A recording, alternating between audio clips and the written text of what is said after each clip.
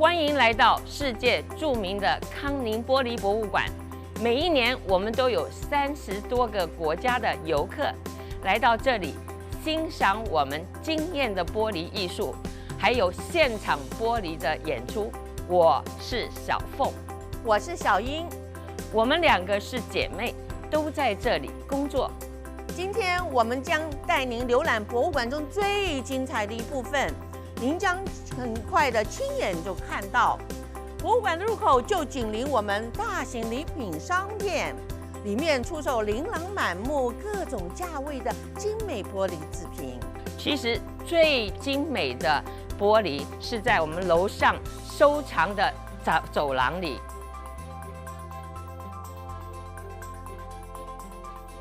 几千年来，人们一直在使用玻璃制作的容器、餐具和艺术品。我们拥有世界上最大规模的玻璃收藏。在这里，您可以看到最早的玻璃是怎么样制作出来的，也可以看到目前收藏最古老的玻璃制品。这件战士花瓶是大清乾隆年制，大约在18世纪中期，是采用飞雪玻璃浮雕工艺制成。艺术家呢能够制作出这么大体积的浮雕工艺，实属难得。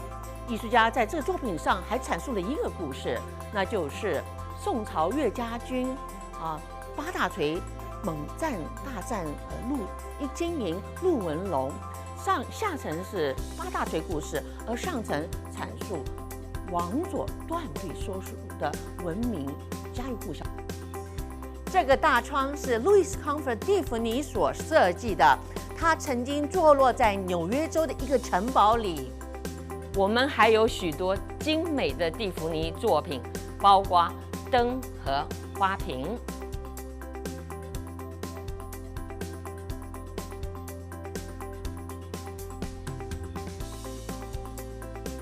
康宁是因为玻璃的科技和技术而出名的。玻璃改变了世界，来看看我们这名为创新中心的互动科技和技术展，您就会深刻地理解这一点。在这里，您可以看到望远镜的原理和方式，还可以看到 Honeywell 和餐具是怎样制成的。来到这里，您还可以看到玻璃陶瓷容器所搭建而成的巨塔。来到这里，您可以看到飞行模拟器里自己奇怪的倒影。这个著名的200英寸玻璃盘是专门为加利福尼亚帕罗马天文望远镜制作的。来到我们创新中心，我们可以认识到创意改变世界的发明家，并了解他们的灵感、天赋和努力的工作，在偶尔的机缘巧合之下，是怎么样为我们的生活里带来息息相关的玻璃。每日开放，1整天都有现场玻璃吹制的表演，还带解说。您的门票价格已经包括观赏所有的演示。您可以看到玻璃师傅拿起玻璃吹管，汲取灼热的熔融玻璃，熟练地将熔融玻璃制造成玻璃碗，还有花瓶，还有这个玻璃容器。我们的解说员在旁边讲解整个流程，而且呢，玻璃的至今我们每一个步骤都是讲得非常清楚。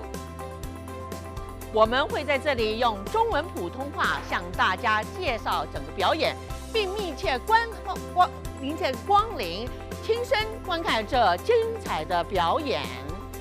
4大当代展品走廊的占地面积是全球专门展示当代玻璃艺术与设计首屈一指的场地。4大展品走廊的特色包括精妙的建筑结构、天窗设计的天花板，让自然光线洒落在70多件永久藏品上，与之交融。产品包括前所未见的新近获得的展品以及大型作品。带着披肩的晚礼服是由5个部分逐一浇铸而成，其中3部分构成晚礼服，另外2部分构成披肩。如果您仔细看，隐约仍然看到这个手的背影呢的留下的印记，仍然在这个披肩上。而当初穿着这个礼服，身体所留下的痕迹仍然隐约若现。成名之物，这一朵玻璃做的牡丹花是在上海制作的，它的灵感来自于花开中落。当花朵盛开之时，也就预示着花将落雨满地的景象。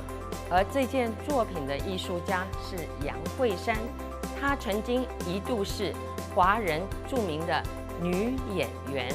奋进，一群鱼，一群鸟，一对船，这个抽象艺术是灵感于威尼斯的装饰船，是由威尼斯的玻璃大师 Lino Piazza 之手。